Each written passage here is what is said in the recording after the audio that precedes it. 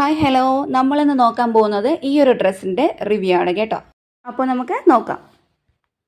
ഞാനിത് already open ചെയ്ത് വച്ചിരിക്കുകയാണ് കേട്ടോ.